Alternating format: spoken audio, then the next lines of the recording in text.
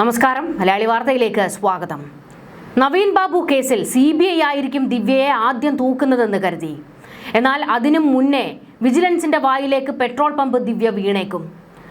അഴിമതി ആരോപണ കേസിൽ ദിവ്യ വല്ലാത്ത പൊല്ലാപ്പിലേക്ക്.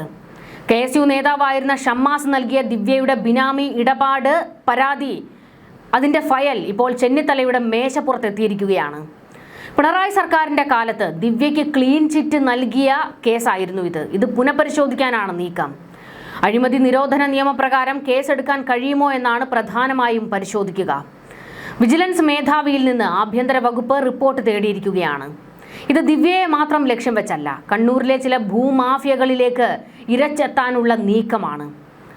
രാഷ്ട്രീയ കളി അല്ലാതെ സത്യസന്ധമായ അന്വേഷണമാണ് നടക്കാൻ പോകുന്നതെങ്കിൽ കൃത്യമായും ദിവ്യയ്ക്ക് പിന്നിലുള്ള വമ്പന്മാരും കുടുങ്ങും. ഷമാസ് നൽകിയ പരാതിയിൽ അന്ന് അന്വേഷണം നടന്നിരുന്നില്ല. ഒരു വെരിഫിക്കേഷൻ മാത്രമായിരുന്നു പിണറായി സർക്കാരിന്റെ കാലത്ത് നടത്തിയത്. അതായത് അന്വേഷണം പോലും പ്രോപ്പറായി നടത്താതെ കോടതിയിൽ ദിവ്യയ്ക്ക് അനുകൂലമായ നിലപാടായിരുന്നു പിണറായി സർക്കാർ അന്ന് സ്വീകരിച്ചത്. ദിവ്യക്കെതിരെ കേസ് നടത്തേണ്ട ആവശ്യമില്ലെന്നും ദിവ്യ തെറ്റുകാരിയല്ല എന്നും അവർക്കെതിരെ അഴിമതി ആരോപിച്ചിരിക്കുന്നത് വെറും രാഷ്ട്രീയ നാടകമാണെന്നും അവർക്കെതിരെ തെളിവുകളില്ല എന്നുമായിരുന്നു കോടതിയിൽ സർക്കാർ എടുത്ത നിലപാട്. എന്നാൽ ഭരണമാറ്റത്തോടെ കേസ് ഫയൽ വീണ്ടും ഇപ്പോൾ പൊങ്ങി വന്നു. PP ദിവ്യയുടെ അടുത്ത സുഹൃത്തിന്റെ പേരുള്ള ബിനാമി കമ്പനി നിർമ്മിതി കേന്ദ്രയെ കൂട്ടുപിടിച്ച് പ്രത്യേകിച്ച് ഒരു മുൻപരിചയവുമില്ലാത്ത കമ്പനിക്ക് ഏകദേശം 12 കോടി രൂപയുടെ ജില്ലാ പഞ്ചായത്തിന് കീഴിലുള്ള വർക്കുകൾ കൊടുത്തു എന്നാണ് ആരോപണം. പിന്നാലെയാണ് ഷമ്മാസ് ഇത് ദിവ്യയുടെ ബിനാമി കമ്പനിയാണെന്ന് ആരോപിച്ച് രംഗത്ത് വന്നത്. ചിലയിടങ്ങളിൽ ഈ കമ്പനി ഭൂമികൾ വാങ്ങിക്കൂട്ടിയിട്ടുണ്ട്.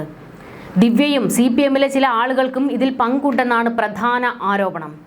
രേഖകൾ സഹിതമായിരുന്നു ഷമ്മാസിന്റെ പരാതി. പക്ഷേ അന്വേഷണം വേണ്ട എന്ന നിലപാടെടുത്ത് കേസ് ഫയൽ പിണറായി അങ്ങ് മുക്കി. എന്നാൽ എത്ര മുക്കിയിട്ടും അങ്ങോട്ട് ഒത്തില്ല. ഒടുക്കം ഇപ്പോൾ വീണ്ടും അതിന് പൂട്ട് വീണിരിക്കുന്നു. ക്ലീൻ ചിറ്റ് കൊടുത്തത് എന്തിന്റെ അടിസ്ഥാനത്തിലാണ് എന്ന വിശദമായ അന്വേഷണത്തിനാണ് ആഭ്യന്തര വകുപ്പ് തയ്യാറെടുക്കുന്നത്. കണ്ണൂരിലെ CPM ഭൂമാഫിയകളിലേക്ക് ഇറങ്ങിച്ചെല്ലാൻ തന്നെയാണ് ആഭ്യന്തര വകുപ്പ് ഇറങ്ങിയിരിക്കുന്നത് എന്നാണ് സൂചന. അങ്ങനെയെങ്കിൽ പ്രധാനമായും കുടുങ്ങുന്നത് ചെങ്ങളായി മാഫിയാണെന്ന് ചർച്ചകൾ. നവീൻ കേസിൽ ദിവ്യ അറസ്റ്റിലായപ്പോൾ മുതൽ വെറി പിടിച്ചത് ചെങ്ങളായിയിലെ ഒരു കൂട്ടം CPMകാർക്കായിരുന്നു. ദിവ്യക്കെതിരെ പാർട്ടി നടപടി പാടില്ല എന്ന് കൽപ്പിച്ചതും ചെങ്ങളായി ഭൂമാഫിയ രംഗത്ത് വന്നിരുന്നു. ദിവ്യയെ ഇത്ര സംരക്ഷിക്കാൻ ആരാണ് ഈ ചെങ്ങളായി സംഘം? നവീൻ ബാബുവിന്റെ മരണത്തിന് വഴിയൊരുക്കിയത് ബിനാമി സ്വത്തുക്കൾ സംരക്ഷിക്കാനുള്ള CPM നേതാക്കളുടെ താല്പര്യമായിരുന്നോ എന്നുള്ള സംശയം അന്ന് തന്നെ ഉയർന്നു വന്നതാണ്. എന്നാൽ ഇതിലൊന്നും ഒരു അന്വേഷണത്തിന് സർക്കാർ തയ്യാറായില്ല.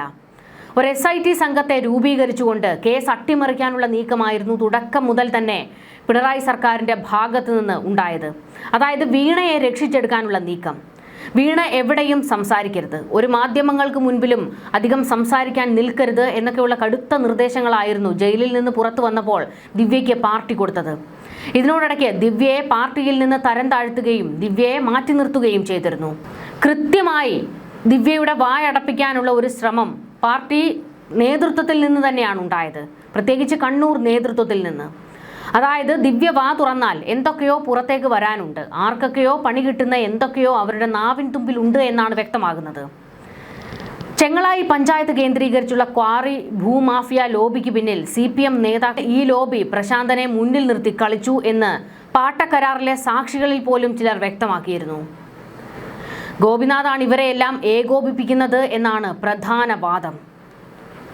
കൂടാതെ നവീന്റെ മരണവുമായി ബന്ധപ്പെട്ടുള്ള പെട്രോൾ പമ്പിന്റെ അപേക്ഷയിൽ ബിനാമി ഇടപാട് ആരോപണത്തിൽ പോലീസ് അന്ന് അന്വേഷണം നടത്തിയിരുന്നു. അന്വേഷണത്തിന്റെ ഭാഗമായി പ്രശാന്തിന്റെ ഭാര്യ സഹോദരൻ രജീഷിന്റെ മൊഴി രേഖപ്പെടുത്തിയിരുന്നു.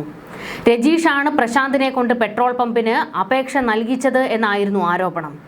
രജീഷിന് കാസർഗോഡ് പെട്രോൾ പമ്പുണ്ട്. കണ്ണൂർ ടൗൺ പോലീസാണ് രജീഷിന്റെ മൊഴി അന്ന് രേഖപ്പെടുത്തിയത്. ദിവ്യയുടെ ബിനാമി അല്ല പ്രശാന്തൻ എന്ന് സ്ഥാപിക്കാനുള്ള ഒരു നീക്കമായിരുന്നു അന്ന് പോലീസ് നടത്തിയത്. അതായത് മുകളിൽ നിന്നുള്ള ഉത്തരവനുസരിച്ച് പോലീസ് തന്നെ ഒരു തിരക്കഥ ഉണ്ടാക്കിയെന്ന്. ദിവ്യയെ ബിനാമി ആരോപണത്തിൽ കുറ്റവിമുക്തയാക്കാനായിരുന്നു പ്രധാന ആവശ്യം. അതായത് മുകളിൽ നിന്ന് വന്ന ഓർഡർ അതനുസരിക്കുക മാത്രമല്ലേ പോലീസിനും ചെയ്യാൻ കഴിയുകയുള്ളൂ. കാസർഗോഡ് ജില്ലയിൽ പെട്രോൾ പമ്പ് നടത്തുന്ന പ്രശാന്തിന്റെ ബന്ധുവാണ് ചെങ്ങളായിയിൽ പുതിയ പമ്പിനുള്ള അപേക്ഷ നൽകുന്നതിന് നീക്കം നടത്തിയത് എന്നാണ് ആരോപണം. അത് പ്രശാന്തനെ കൊണ്ട് കൊടുപ്പിക്കുകയായിരുന്നു. സാമുദായികമായ ചില ഇളവുകൾ ലഭിക്കാനായിരുന്നു ഈ നീക്കം. ഈ വ്യക്തിയുടെ ബിനാമി ആയതുകൊണ്ട് തന്നെ ഈ മേഖലയിൽ പമ്പിനു വേണ്ടി ആരും അപേക്ഷിച്ചില്ല. പാർട്ടി ഗ്രാമത്തിൽ CPM നേതാക്കളുടെ തീരുമാനം അനുകൂലമായതുകൊണ്ടാണ് ഇത്. അങ്ങനെ പ്രശാന്തിന് തന്നെ പമ്പും കിട്ടി. CPM നേതാക്കളുടെ ബന്ധുക്കൾ ചേർന്ന് കണ്ണൂരിലെ ഒരു ടൂറിസം മേഖലയിൽ 14 ഏക്കർ ഭൂമി ഇടപാട് നടത്തിയിട്ടുണ്ട്. ഇതിന് പിന്നാലെ സാമ്പത്തിക സ്രോതസ്സും സംശയത്തിലാണ്. അതിന് പിന്നിലുള്ളവരാണ് പുതിയ പമ്പിനായി പണമിറക്കുന്നത് എന്ന ആരോപണവും ഉണ്ടായിരുന്നു. എന്നാൽ ഇതിലേക്ക് അന്വേഷണം പോയില്ല. അതായത് അന്ന് ഉയർന്നു വന്ന പ്രധാനപ്പെട്ട ആരോപണങ്ങളിൽ ഒന്നും തന്നെ അന്വേഷണം നടത്താൻ പോലീസ് കൃത്യമായി ശ്രമിച്ചില്ല. തട്ടിക്കൂട്ടി ഒരു SITയെ തയ്യാറാക്കി എന്നുള്ളതല്ലാതെ സത്യസന്ധമായി ഈ അന്വേഷണം മുന്നോട്ട് കൊണ്ടുപോകണമെന്ന് സർക്കാരിന് പോലും ഇല്ലായിരുന്നു. കാരണം സത്യസന്ധമായ അന്വേഷണം മുന്നോട്ട് കൊണ്ടുപോയി കഴിഞ്ഞാൽ വിലങ്ങ് വീഴുന്നത് CPMകാർക്ക് തന്നെയാണ്. അതുകൊണ്ട് കേസ് എങ്ങനെയും അട്ടിമറിക്കുക എന്നുള്ള നെറികേടായിരുന്നു പിണറായി സർക്കാരിന്റെ കാലത്ത് കാണിച്ചു കൂട്ടിയത്. CPMലെ ബിനാമി മാഫിയയിലേക്ക് വിരൽ ചൂണ്ടുന്നതാണ് ദിവ്യയെ ചൂഴ്ന്നു നിൽക്കുന്ന ആരോപണങ്ങളൊക്കെയും. അതിൽ ഏറ്റവും പ്രധാനപ്പെട്ടത് ഇപ്പോൾ വീണ്ടും പുകഞ്ഞു പുറത്തേക്ക് വരുന്നു ബിനാമി ഇടപാടുകൾ. ദിവ്യക്കെതിരെ പഴുതടച്ചുള്ള അന്വേഷണം വേണമെന്നാണ് ആഭ്യന്തര വകുപ്പിന്റെ ഉത്തരവ്. ഇതുകൂടാതെ പിന്നാലെ CBIയും കൂടി ഇരച്ചെത്തിക്കഴിഞ്ഞാൽ അടപടലം പൊളിഞ്ഞു വീഴും ദിവ്യ.